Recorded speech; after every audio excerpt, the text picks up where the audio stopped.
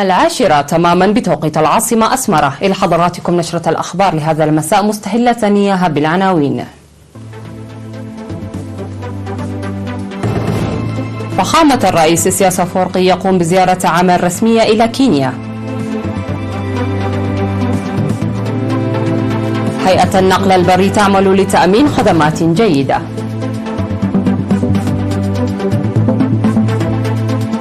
موظفو الحكومة في جندة يتعهدون لتعزيز مساهمتهم في برامج التنمية.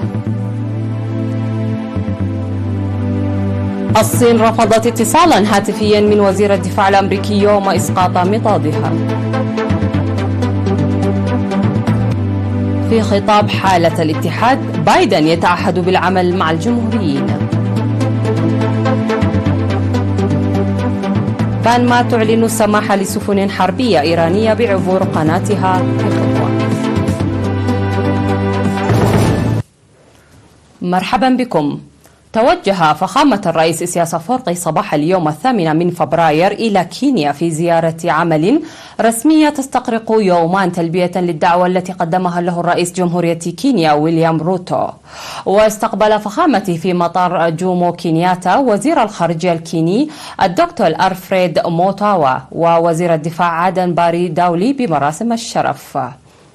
ويبحث فخامة الرئيس إسياس أفورقي خلال زيارته مع الرئيس الكيني ويليام روتو ومختلف المسؤولين حول تطور العلاقات الثنائية والقضايا الإقليمية ذات الاهتمام المشترك.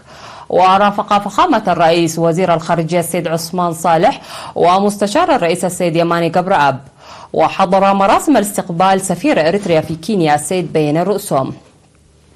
الجدير بالذكر أن رئيس جمهورية كينيا ويليام روتو قام بزيارة عمل رسمية إلى إريتريا في 19 من ديسمبر الماضي تلبية للدعوة التي قدمها له فخامة الرئيس إسياس أفورقي.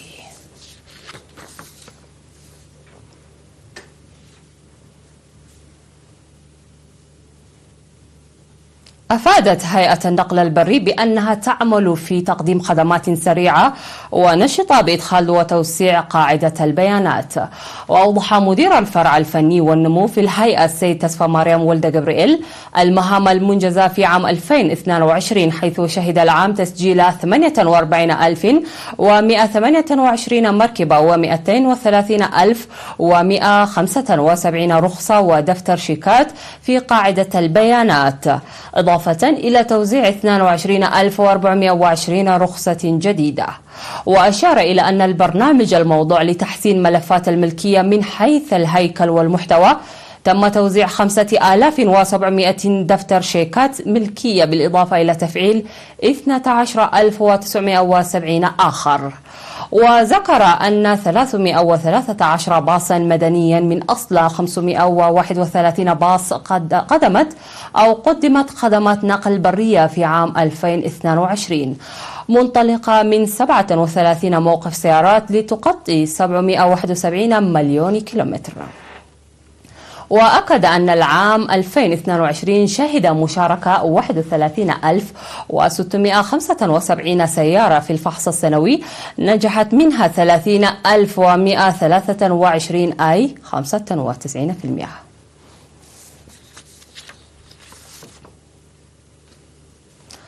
تعهد موظف الحكومة في مديرية جندة في الاجتماع الذي عقده مدير المديرية السيد عمر يحيى بتعزيز مساهمتهم في إنجاح البرامج التنموية. وأشاد السيد عمر دور الشباب العمال في أنشطة التشجير ودعم أسر الشهداء والإصحاح البيئي وغيرها من البرامج التنموية، داعيا لتعزيز تعاون وتنسيق كافة الجهات لمزيد من الفعالية. وأوضح الموظفون بأن مساعدة أسر الشهداء مسألة لا تترك للحكومة فقط، وقد تم توزيع 312,600 ل 56 أسرة الشهيد.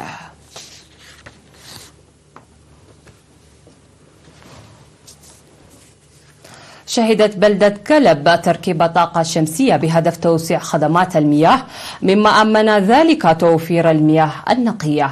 وأوضح السيد سعيد محمد إدريس من قسم خدمات المياه أن خدمات المياه التي بدأت منذ عام 1997 لم تقدم خدمات جيدة نتيجة لمشاكل الطاقة.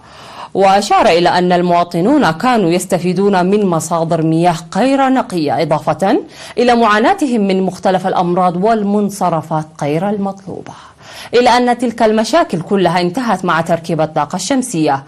وأدخل على المنازل والمؤسسات في البلدة أكثر من 200 عداد، فيما توجد 3 نقاط توزيع في عمل نشط حسب المعلومات التي أدلى بها السيد سعيد. وذكر تسيير أعمال تسهم في توسيع الخدمات، حيث تم تجهيز أنابيب المياه ووضع برنامج لزيادة النقاط.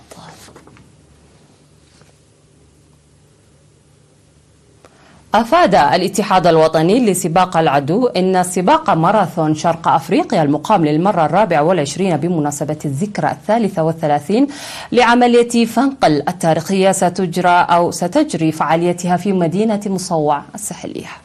وذكر رئيس الاتحاد السيد إفريم تخستي مشاركة أكثر من 60 عداء من إريتريا وإثيوبيا وتنزانيا وكينيا ويوغندا، ويضفي ذلك أكثر رزانة لذكرى عملية فنقل التاريخية. وأشار إلى النقاط المحققة في هذا السباق سوف تسجل في مكتب الاتحاد الدولي القائم في موناكو، ويجري العمل لتنظيم هذا السباق بما يكون مفتوحا للجماهير. من جهته قال المسؤول الفني في الاتحاد السيد برخت مسفن إن السباق يغطي 21.9 كيلومترا، موضحا تجهيز المياه في كل 5 كيلومترات نظرا لمناخ مدينة مصوع، بالإضافة إلى كافة التسهيلات والعلاج الطبي وغيرها. وقد أكمل المنتخب الوطني كافة الاستعدادات للمشاركة ب8 عدائين بارزين، ويخوضون منافسة شرسة من نظرائهم الإثيوبيين والكينيين العالميين. يحتفل هذا العام بالذكرى 33 لعملية فنقل الإعجازية من 10 وحتى 12 تحت شعار فنقل عهد راسخ.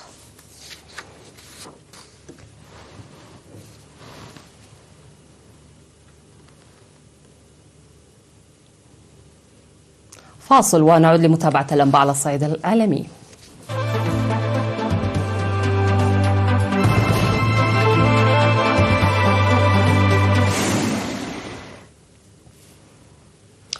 رفضت الصين طلبا أمريكيا لإجراء اتصال هاتفي بين وزير دفاعها لويد أوستن ونظيرها الصيني واي فينغي في اليوم الذي أسقطت فيه طائرة مقاتلة أمريكية منطادا صينيا، حسب ما كشف مسؤول أمريكي.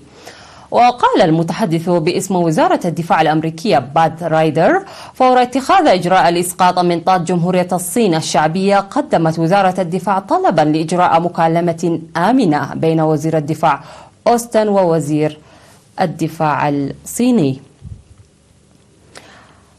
وتقول الصين إن المنطاد الذي تم إسقاطه فوق الأجواء الأمريكية كان مخصصا لأغراض الأرصاد الجوية وليس له أي غرض عسكري، لكن واشنطن وصفته بأنها آلية تجسس متطورة تعمل من ارتفاعات عالية.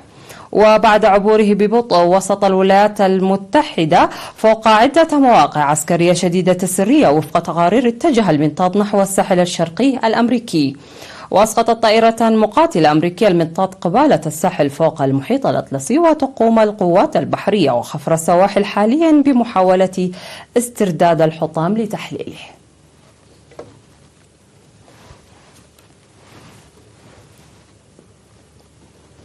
تعهد الرئيس الأمريكي جو بايدن بالعمل مع الحزب الجمهوري المعارض في خطاب حالة الاتحاد الذي ألقاه أمام الكونغرس.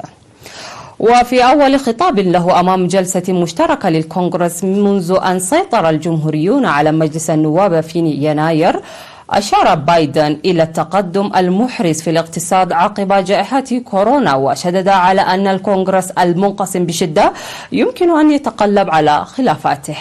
ويعد خطاب بايدن هذا الأول له أمام جلسة مشتركة للكونغرس منذ أن سيطر الجمهوريون على مجلس النواب في يناير 2022.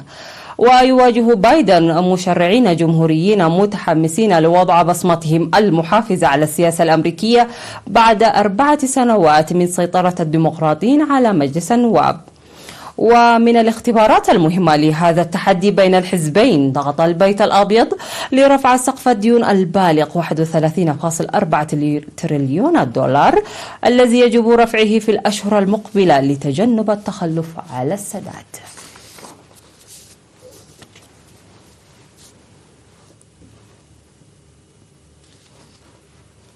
بعد تقارير حول اعتزام طهران إرسال سفن حربية عبر قناتها المائية، أعلنت سلطات بانما أنها ستسمح لها بعبور ممرها الاستراتيجي طالما أنها تلتزم بالمعايير الدولية. ويعد أي تواجد عسكري إيراني في قناة بانما مثيرا لغضب الولايات المتحدة التي استكملت بداية القرن العشرين إنشاء القناة التي تصل بين المحيطين الأطلسي والهادي، وحذرت واشنطن أنها تراقب عن كثب نشاطات إيران في هذا الجزء من العالم الغربي. وأرجعت هيئة قناة بانما قرارها إلى معاهدة عام 1977 الدولية التي تسلمت بموجبها السيطرة رسميا على القناة وأرست وضعها المحايد. ونشرت وسائل إعلام محلية تقارير عن وصول وشيك لسفن تابعة للبحرية الإيرانية. والأسبوع الماضي صرح المتحدث باسم الخارجية الأمريكية فيدانت باتيل أن واشنطن تراقب عن كثب الأنشطة البحرية لطهران في النصف الغربي للعالم.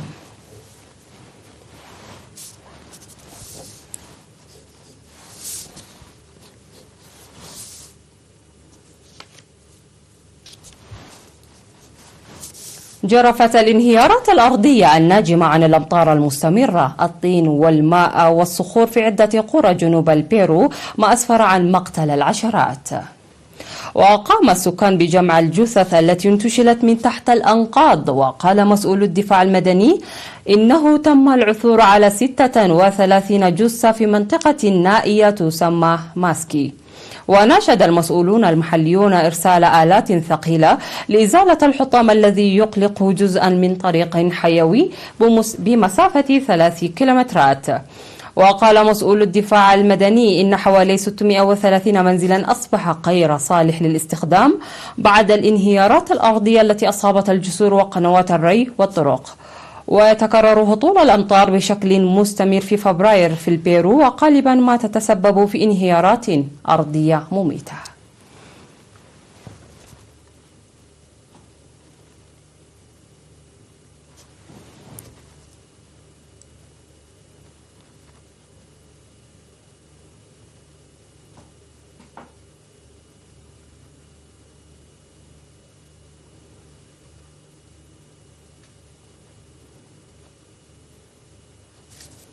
في الختام إليكم تذكيرا بأهم ما جاء في هذه النشرة. فخامة الرئيس إسياس أفورقي يقوم بزيارة عمل رسمية إلى كينيا. هيئة النقل البري تعمل لتأمين خدمات جيدة. موظفو الحكومة في قندع يتعهدون لتعزيز مساهماتهم في برامج التنمية. الصين رفضت اتصالا هاتفيا من وزير الدفاع الأمريكي يوم إسقاط منطادها. في خطاب حالة الاتحاد، بايدن يتعهد بالعمل مع الجمهوريين. بانما تعلن السماح لسفن حربية إيرانية بعبور قناتها في خطوة. انتهت النشرة، قدمتها لكم حنان عمر جيلاني من تلفزيون دولة إريتريا.